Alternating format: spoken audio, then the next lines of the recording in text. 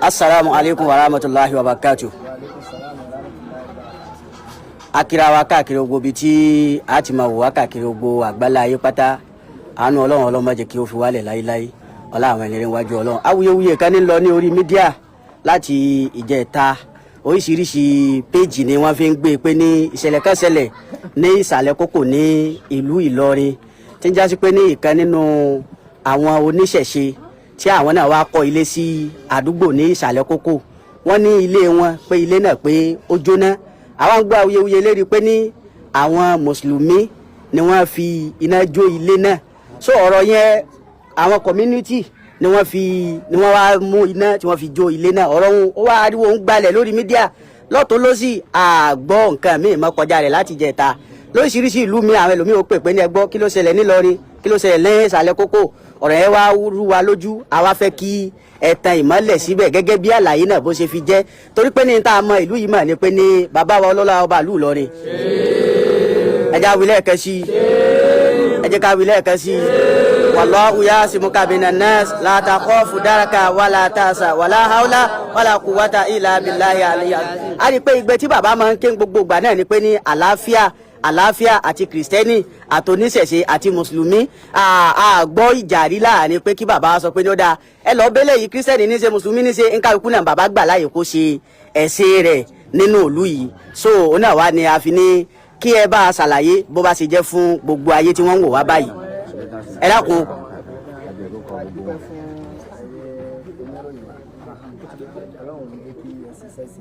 Orúkọ yín?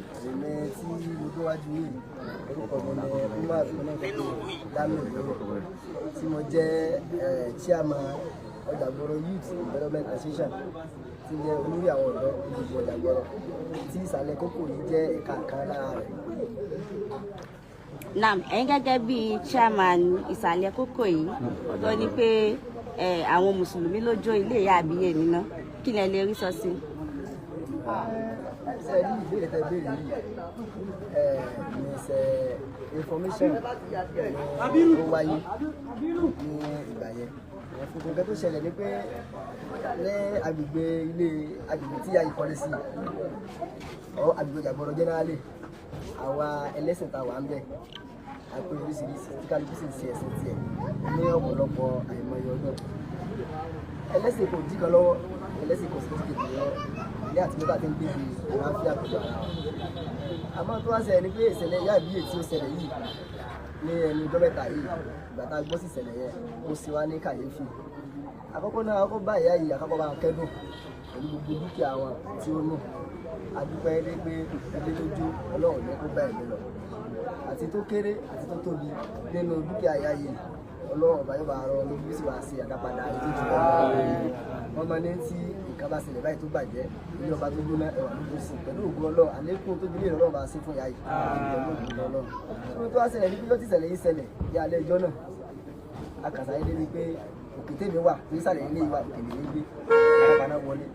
àti paná wọlé wọn paná wọn jáde padà. Gẹ́gẹ́ bí olórí ọ̀dọ́ tèmi jẹ́ máa lọ síwájú ìgbà ibo ní ilé tẹ̀ tí ń jó ìgbà tí ń débẹ̀ nípa pé àwọn èèyàn péjọ tí kálukú bomi lọ́tọ̀ tí wọ́n bu omi ní òsì nítorí pé panápaná gan dé ìwọ́n bá paná yìí. Àwọn bẹ̀rẹ̀ sí ní ṣèwádìí kí ló dé kí èmi ṣe jó sí lẹ́gbẹ̀ẹ́ ni wọ́n ní kókò sí náà. Nínú ìwádìí tí àwọn ń ṣe àwọn kan ní láti ìkẹ́ bí aago méje àbágo mẹ́fà ní ilé tí ń jó. Àmọ́ ìgbà tí àwọn padà sí àkíyèsí pé lẹ́yìn jó ó di ẹ̀ǹkan bí aago mẹ́jọ ti fẹ́ràn lórí tí wọ́n kírun ìṣáì lọ́wọ́. Wọ́n wí òkè wọn ṣẹlẹ̀ pé ìyá yìí ni wọ́n fi lẹ́bọ̀ léèwọ̀ ni wọ́n fi léèwọ̀ léèwọ̀ ni. Bó lórí àwọn èèyàn ti ń gbé bẹ́ẹ̀ àpèrè ayọ̀. So possible ní kábàá ìṣẹ̀lẹ̀ àkọ́ possible kó ṣẹlẹ̀. Kí ni ìdí tó ní possible ni pé ìyá yìí ti gbé bíbá yìí nísìn ó ti lé ní close to 20 years tó ti wà mẹ́ tí ń ṣe ẹ̀sìn rẹ̀ tí àti ìṣẹ̀lẹ̀ ti wà. Tí ẹ bá wo ibi tí ìyá yìí kọ́lé sí ilé ìyá yìí ni. Tí ẹ bá wo kankan tí wọ́n náwó sí mọ́sálásí ló wà ńbẹ̀. For over 20 years ìyá yìí ti wá wà ńbẹ̀ ń ṣe tiẹ̀ wọ́n sì ń ṣe tiwọn tí ó sì di ara lọ́wọ́. Tẹ́ bá wo ilé ọ̀tún tẹ́ bá wo ilé òsì gbogbo àwọn tó wà ńbẹ̀ mùsùlùmí àti kírísítẹ̀ ló wà ńbẹ̀. Ẹ̀sìn kan dí kan lọ́wọ́ ní agbègbè Ọjàgbọrọ ní ìsàlẹ̀ kókò bíi one of the oldest church ní Ìlọrin àwọn Kwara State ń bí UMCH agbègbè Ọjàgbọrọ yìí náà lọ́wọ́ sí fètè sí tí wọ́n kọ́ sí wọ́n sì wà ńbẹ̀ òun bẹ lókè ńbẹ̀ wọ́n wà ńbẹ̀ wọ́n ṣe tiwọn tí kankan sì jẹ́ ní kankan lọ́wọ́. Bí mo ṣe gbọ́ ìtẹ́bá wo apọ̀ tó mi ní ọkùnrin tẹ́ dúró kí lórúkọ yín. orúkọ tèmi ni Sunday Adéyẹmí. bó lè ti jẹ́ ní àgbègbè Ọjàgbọ́rọ̀. ó jẹ́ ọmọ agbègbè Ọjàgbọ́rọ̀. ẹ̀sìn wo lẹ́ ń ṣe. Christian. ǹjẹ́ ìjọ tí a jọ wà ní àdúgbò yìí ǹjẹ́ àmì ara rí. ìṣẹ̀lẹ̀ rí. mítìnì tá à ń ṣe ìpàdé ọ̀dọ́ ọ̀sẹ̀ bó láti jọ ṣe. à ń ṣe ní community tó ti jẹ́ pé tí ò bẹ́ẹ̀ ni pé bẹ́ẹ̀ ẹ̀sìn kan àbí kì í ṣe ẹ̀sìn kan àbí mùsùlùmí kan gbogbo aná làjọ ṣe papọ̀. tí èyí ò sì ní àǹfààní tó bá tọ́ sí àwọn tí ó jẹ́ mùsùlùmí tí ò tọ́ sẹ́yìn náà. mo ti àṣẹ dúró yàrá pé inú aṣọ ṣẹ́ mo wà community gangan mo bá ṣe lọ́wọ́lọ́wọ́ báyìí wọn ò sì gbọ́ pé Christian ni mí ibẹ̀ gan ti mo ti wá bíbí pé pàtàkì parí meeting ní kájọ wá bíbí kájọ wá wo ohun tí yóò ṣẹlẹ̀ níbà. ṣé a fi àyè gba ọ̀pọ̀lọpọ̀ ẹ̀sìn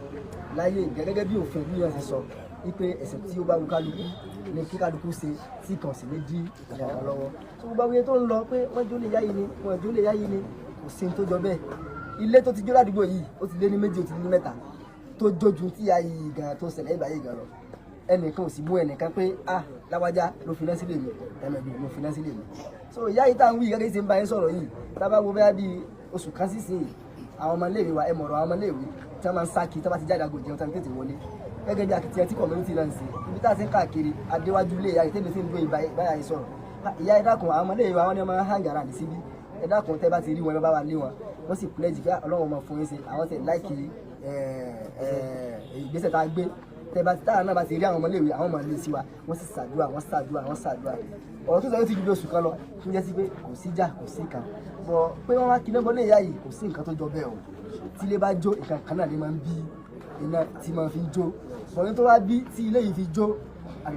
Ọlọ́run bá nìkan iná ni ó mọ̀ so pé wọ́n jó ilé ìyá àbí wọ́n jó ilé ìyá kò sí nǹkan kan tí ó jọ bẹ́ẹ̀ o bọ̀ nínú àdúgbò yìí gẹ́gẹ́ bí inú ìwádìí tí àwa náà ń ṣe kí ló wá lè fà á jẹ́mi ẹ̀yẹ́ sábà ṣèwádìí náà ni pé ó ti di pé ẹjọ́ di wọ́n fi ẹ̀sùn kẹ́nìkan wọ́n fẹ́ kẹ́nìkan so a lot of allegation ni a ti gbọ́ tí wọ́n tó fi ń kara wọn gan ní ọ̀rọ̀ ilé yìí náà ṣẹ́gẹ́tì nínú ilé ìtajà yìí náà nísìn àwọn ọ̀dọ́ wà ń bẹ̀ tán gbé bẹ̀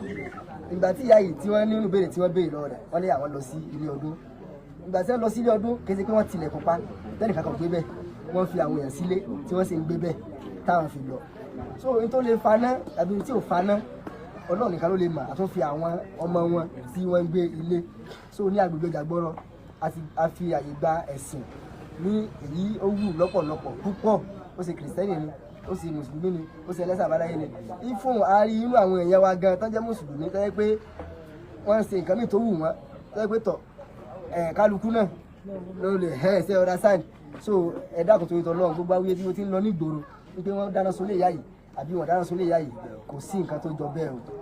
àwa àti ìyá yìí ayọ̀ àtàláfíà láti ń gbé for the past 20 years láti jọ wà tá a ti jọ ń gbé tí ó sì sí. ẹ jẹ́ tí a bá rí yín gbọ́ yín pẹ̀lú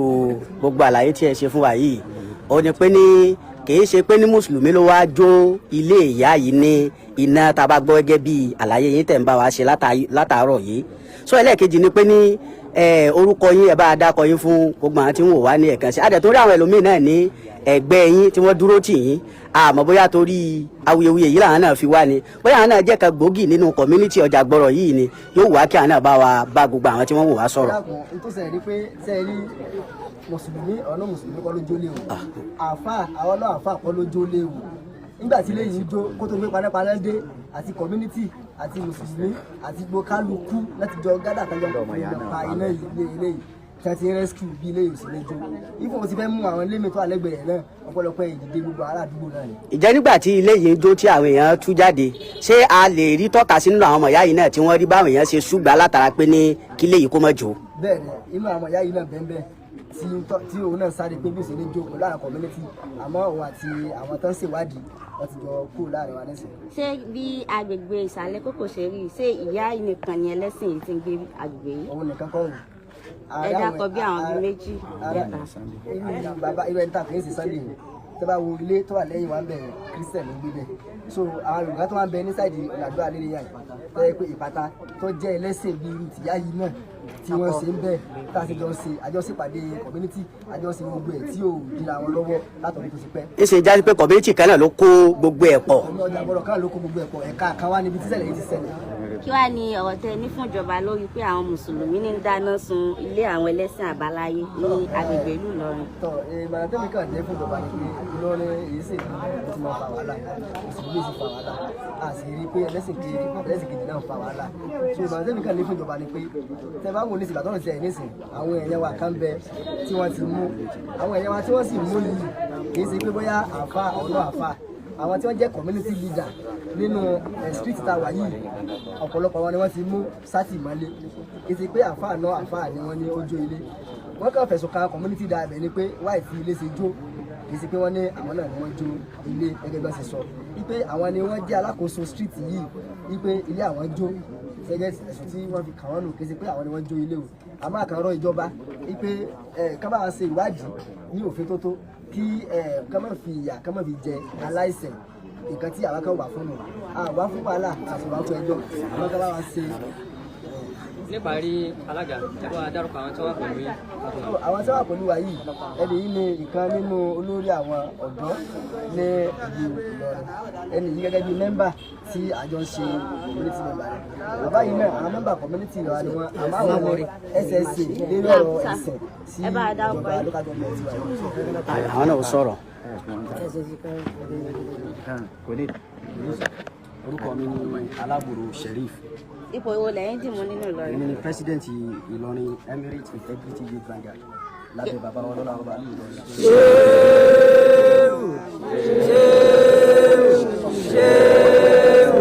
Allah yasifuka minan nas la tahab daraka wala tahzan